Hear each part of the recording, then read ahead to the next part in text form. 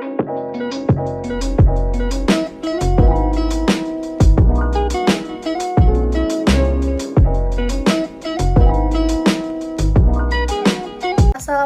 warahmatullahi wabarakatuh. Perkenalkan, nama saya Eka Devi Laksmiasih, kelas 3C jurusan Pendidikan Bahasa dan Sastra Indonesia. Di sini saya akan menjelaskan materi tentang peran guru secara umum. Disimak baik-baik ya teman-teman. Perkembangan ilmu dan teknologi disertai dengan perkembangan sosial budaya yang berlangsung dengan dewasa, menyebabkan peran guru menjadi meningkat dari sebagai perancang pengajaran, pengelola pembelajaran, pengaruh pembelajaran, pembimbing, pelaksana kurikulum. Baiklah, selanjutnya guru sebagai pengelola pembelajaran. Guru memegang peranan yang amat penting dalam upaya pengembangan sumber daya manusia melalui pendidikan. Walaupun dalam kenyataannya, guru tetap terabaikan dalam perwujudan keberdayaan sebagai insan pendidikan. Beberapa aspek pokok dalam pengelolaan pembelajaran yang disebutnya dengan siklus manajemen pembelajaran yaitu meliputi persiapan, perencanaan metode, pengorganisasian, proses pembelajaran atau aktualisasi, pengawasan, evaluasi, dan tindak lanjut. Selanjutnya, guru pengarah pembelajaran. Proses pembelajaran di sekolah atau kelas. Peranan guru lebih spesifik sifatnya dalam pengertian yang sempit, yakni dalam proses hubungan belajar-mengajar. Peran guru adalah sebagai perorganisasian lingkungan belajar dan sekaligus sebagai fasilitator belajar. Peranan pertama meliputi peranan-peranan yang lebih spesifik, yaitu guru sebagai model, guru sebagai perencana, guru sebagai peramal, guru sebagai pemimpin, guru sebagai penunjuk atau bimbingan ke arah pusat-pusat belajar. Arah pembelajaran merupakan bagian yang sangat penting dan tentunya sangat menentukan tercapainya tujuan pembelajaran itu sendiri. Perlunya menyiapkan rancangan pembelajaran atau lesson plan sebenarnya sudah didasari oleh para guru.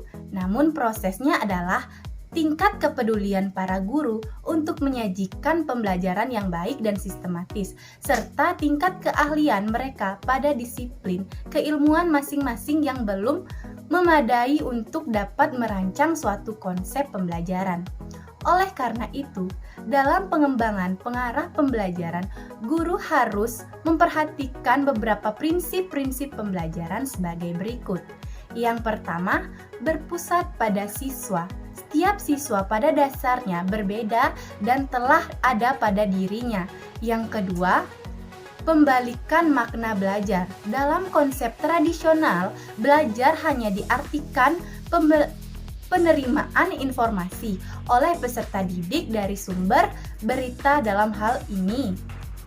Yang ketiga, belajar dengan melakukan pada hakikatnya dalam kegiatan belajar, siswa melakukan aktivitas-aktivitas.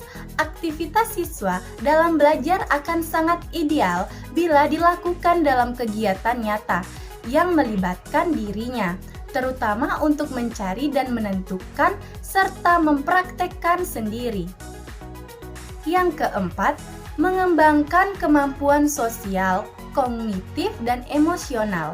Dalam kegiatan pembelajaran, siswa harus dikondisikan dalam suasana interaksi dengan orang lain, seperti antara siswa dan guru, dan siswa dan masyarakat dengan interaksi intensif. Siswa akan mudah untuk membangun pemahamannya. Yang kelima, mengembangkan keingintahuan, imajinasi, dan fitrah bertuhan.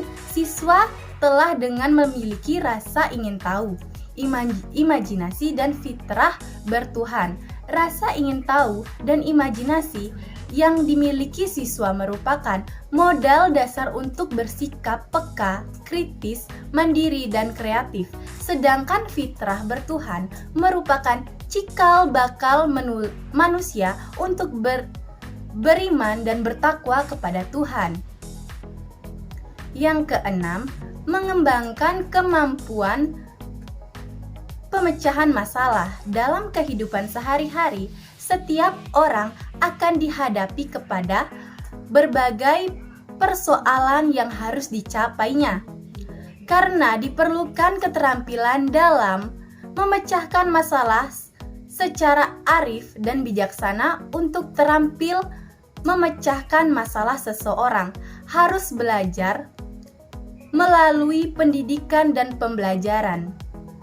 Yang ketujuh, mengembangkan kreativitas siswa. Kreativitas siswa merupakan kemampuan mengkombinasikan atau menyempurnakan suatu berdasarkan data, informasi, atau unsur-unsur yang sudah ada. Secara lebih luas, kreativitas merupakan kemampuan yang dimiliki seseorang dalam menghasilkan komposisi produk atau gagasan apa saja yang pada dasarnya baru dan sebelumnya tidak dikenal pembuatannya. Yang kedelapan, mengembangkan kemampuan IMTEK atau IMTEKI. Ilmu pengetahuan dan teknologi terus mengalami perkembangan dan penyempurnaan. Selanjutnya, guru sebagai pelaksana kurikulum. Pengertian kurikulum sendiri meliputi segala pengalaman belajar yang diberikan kepada anak didik di bawah bimbingan atau tanggung jawab sekolah, yang tidak hanya terbatas pada sejumlah mata pelajaran saja, tetapi sejumlah pengalaman belajar di luar mata pelajaran tertulis, seperti kebiasaan, sikap, moral, dan lain-lain.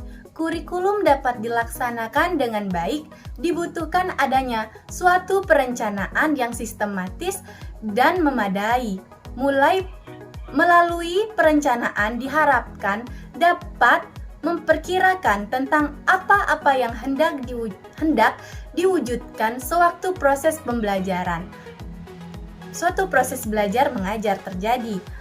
Adapun perencanaan ini meliputi menentukan tujuan pengajar, menentukan bahan pelajaran, menentukan metode dan alat pengajar, dan merencanakan penilaian pengajar. Selanjutnya, guru sebagai pembimbing. Salah satu kepedulian seorang pendidik atau guru terhadap pendidik adalah bagaimana perkembangan murid-murid agar berjalan sesuai dengan potensi dan kemampuan mereka. Bagaimana memacu kreativitas murid agar mereka menjadi anak-anak yang produktif dan bermanfaat bagi perkembangan bangsa dan negara. Di samping itu, pengaruh global dan budaya barat dapat diantisipasi melalui pemberdayaan murid-murid agar mereka dapat memilih dan menilai tentang dan peluang sehingga tetap tercapai tujuan pendidik. Itulah pemaparan materi dari saya. Sekian dan terima kasih. Wassalamualaikum warahmatullahi wabarakatuh.